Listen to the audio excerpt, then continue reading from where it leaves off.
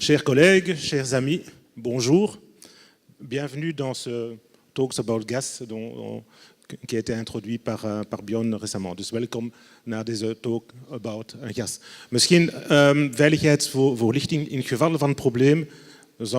Wij hopen niet, maar in geval van een probleem zijn dus de veiligheidsdeuren daar aan de kant. Dat moet dus de gang gevolgd worden en dan moeten jullie vertrekken via de hoofdingang waar wij dus de koffie genomen hebben. Voilà.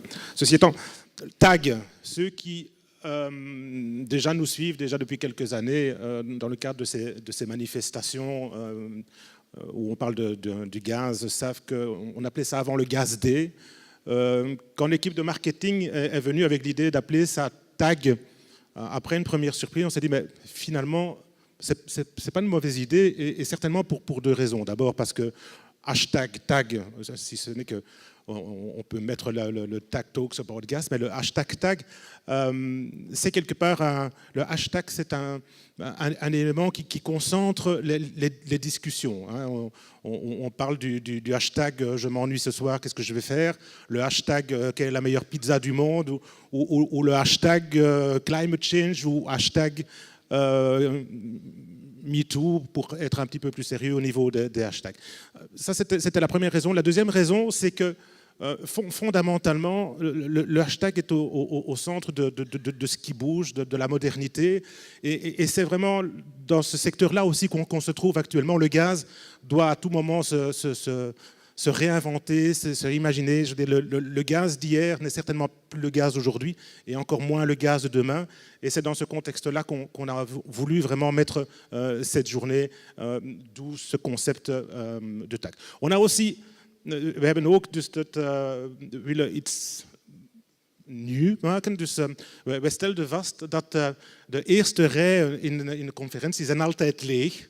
Dus wij dachten dat waarschijnlijk zijn de zetels niet voldoende comfortabel. En dus wij dachten, om dat dus de kans te geven aan de mensen op een comfortabele manier in de eerste rijen te mogen zitten, hebben we een aantal fauteuils, sofa's gezet. Maar ik stel vast dat zelfs de fauteuils niet voldoende comfortabel zijn.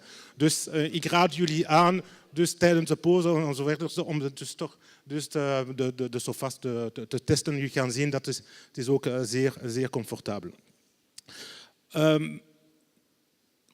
Une conférence sur le gaz, en tout cas ici au niveau de la Belgique. Le gaz, l'énergie est un sujet vraiment épineux, difficile. Les dernières années, quand on parlait d'énergie, c'était toujours dans un contexte économique. L'économie était vraiment le driver essentiel qui sous-tendait toutes les discussions, que ce soit sur l'électricité ou sur le gaz. Et depuis quelques années, avec toutes les discussions sur le changement climatique, et c'est heureux et c'est normal, je dirais le climat et le changement climatique et les émissions de CO2 sont de plus en plus, si pas exclusivement, je dirais à l'ordre du jour quand on parle d'énergie. Peut-être qu'on devrait de temps en temps revenir un petit peu aux aspects économiques aussi, pour avoir vraiment un bon équilibre entre les aspects climatiques dont il faut certainement tenir compte et les aspects économiques. Et donc quand on a discuté avec l'équipe et avec les différents orateurs, quand on a préparé cette journée, on s'est dit mais finalement, l'année passée, on a traité de l'apport du gaz au niveau des réductions de CO2. On a démontré comment le gaz en tant que tel pouvait réellement apporter un plus au niveau de l'accélération des réductions d'émissions de CO2 dans le cadre du changement climatique.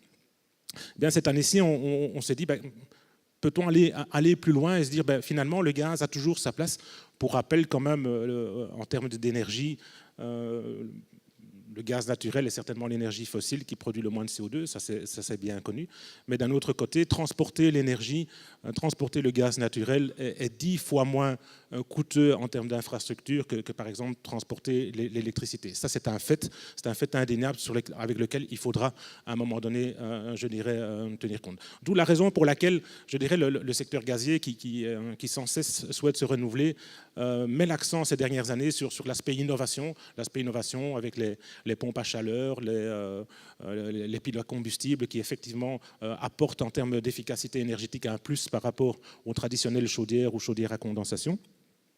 mais aussi sur la transformation que le secteur est en train d'enclencher avec la production de gaz renouvelables ou de power to gas. Et singulièrement, je dirais, on inaugure, je dirais, dans les tout prochains jours, la première station d'injection de biométhane dans le réseau de Fluvius, ce qui démontre quelque part, et on aura un exposé tout à l'heure à ce sujet-là, ce qui démontre quelque part que la révolution gazière est également en cours et se prépare, je dirais, pour la révolution climatique qui nous attend. Donc je ne vais pas être plus long. Dus nu ga ik het woord geven aan Bjorn. Die gaat ons begeleiden tijdens de dag.